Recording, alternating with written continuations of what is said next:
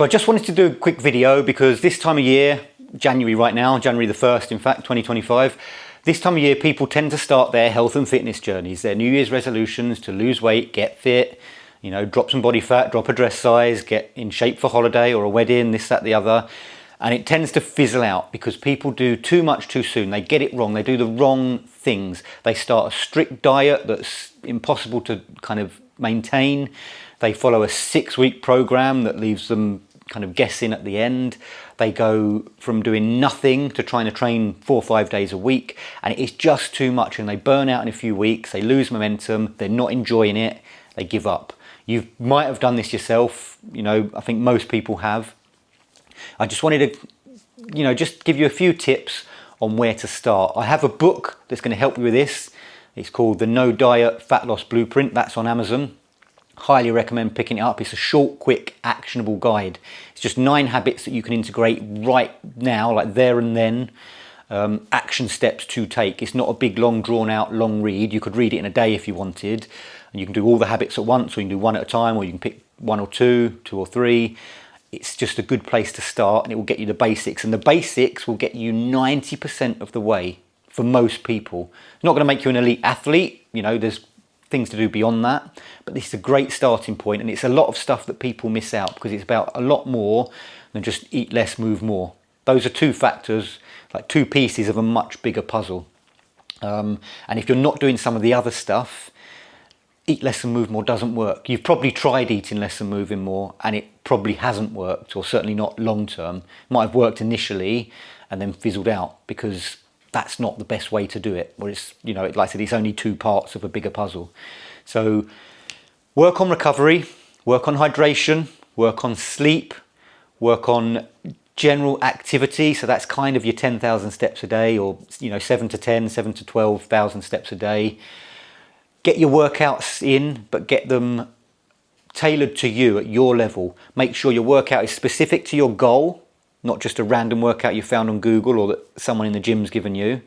Make sure it's at your level, so you're not trying to do too much. You know, you don't go from doing nothing to 5 90-minute workouts a week. You might want to start with 2 or 3 20-minute workouts and build up. 2 or 3 30-minute workouts, 2 or 3 40-minute workouts, 3 or 4 40-minute workouts. Start where you're at. Start with what's manageable to you. If you go in on week 1, destroy yourself and you can't move for the next week, you're not going to go back. You know, you're going to ache if you've gone from doing nothing to doing something. But if it's excessive to the point you're in pain and you can't move, you're not going to want to go back. So start small. Even if you think it's not enough to begin with, start there. As long as you're building on that each workout or each week, it will progress quickly enough. You'll soon catch up to the point where you think this is enough. So start small and build up. Same with diet. Don't go straight onto some crazy diet that's got calorie targets and macro targets and recipes to follow and banned foods and, you know, eat this, don't eat that. Don't swap food for some bloody dust that you dilute and drink. Just don't do it. Start where you're at. To get from here to here, you don't do it in one jump. You go to here first, then to here, then to here. So start where you're at and make an improvement on your diet that's going to push you forward a bit. Again, it might feel like it's a slow start, but it's a long process and a long sustainable process. You go from here to here, you can do that for a week or 2, and then you crash and burn and you lose momentum, you gain weight, you stop training. Doesn't work. We're thinking long term, we're thinking lifelong health, better fitness, and just progress. So diet wise, look at your diet now, write a food diary, keep a food diary for a few days, look at the worst thing on there and see how you can improve it, or what's missing, or get help, get a nutrition or a personal trainer, someone that's going to help you go through that diet and say, right, this is the number 1 thing we want to work on right now. So make that one change. Don't worry about the rest, keep that as it is. 9 times out of 10, when you change one thing, it has a knock-on effect anyway. You know, if you eat a good breakfast, you'll find you're snacking less on junk throughout the day. You know, if you hydrate better, you'll find you're snacking less. Don't feel as hungry. Everything has a knock-on effect. So start with something small and manageable, something you're confident you can do, and start with that. When you've mastered that, when that's easy, when that's just what you do, you go on to the next thing. Make another little change and stick with that until you've got it. Again, all of these will have knock-on effects beyond them anyway, but then you stack them one thing at a time, and that's what makes nutrition and diet easy. Not a diet you follow, but your diet, as in what you eat and drink. So you make these small, easy changes, and you gradually keep doing that again and again and again and again and again. If you make one change this month and it moves you one step forward, a little bit closer to your goal, then next month, or maybe if it's going all right in 2 or 3 weeks time, you make another small change that pushes you a little bit closer to your goal again. And then you've got 2 habits, both pushing you closer to your goal. Again, give it 2, 3, 4 weeks, bring in another small change that's easy and manageable and you can stack on top of the other 2. And you keep doing this. Diet, there's no perfect diet. So all you can do is try and keep improving on what you're doing. So don't go from 0 to hero, 0 to 100. Don't go from eating everything you see as much as you want to trying to follow your Weight Watchers plan and hit certain points. That's not going to get you there long term. It'll be long and hellish and boring and not fun. You're not going to enjoy your food. You're not going to enjoy your life. It's just soul destroying.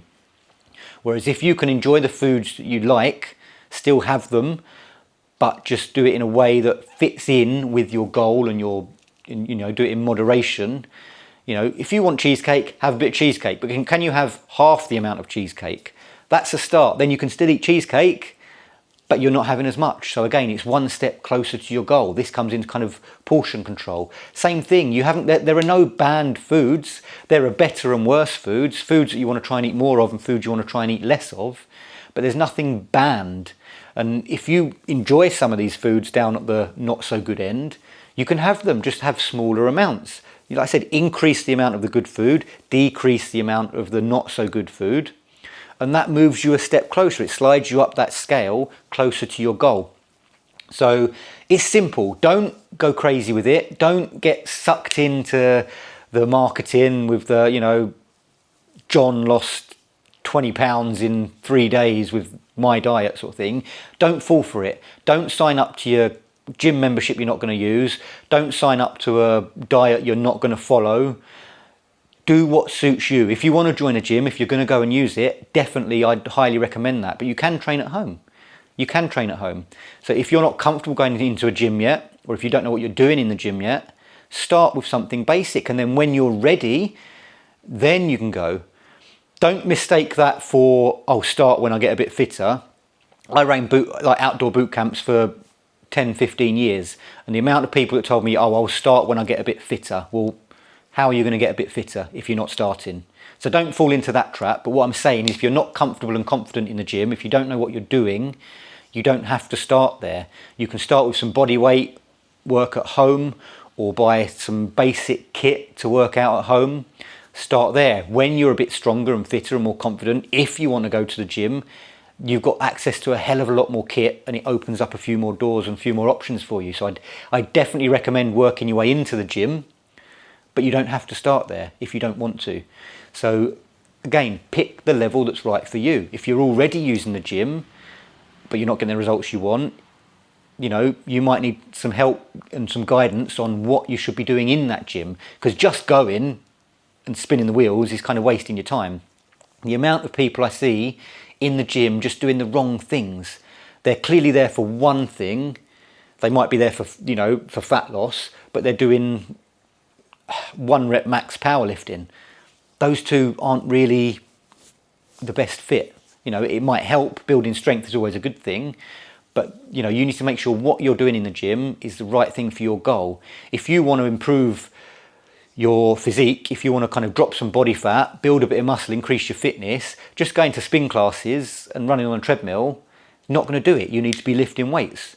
And if you want to get big and strong and be a bodybuilder, your training is going to be different to if you want to do functional training. And you might skip the cardio stuff, but you still need that because the cardio will help you lift more weights in the strength side of things. So they all interlink and intertwine, but if you're focusing on the wrong thing, it's going to take you towards a different goal or just not towards the goal you want.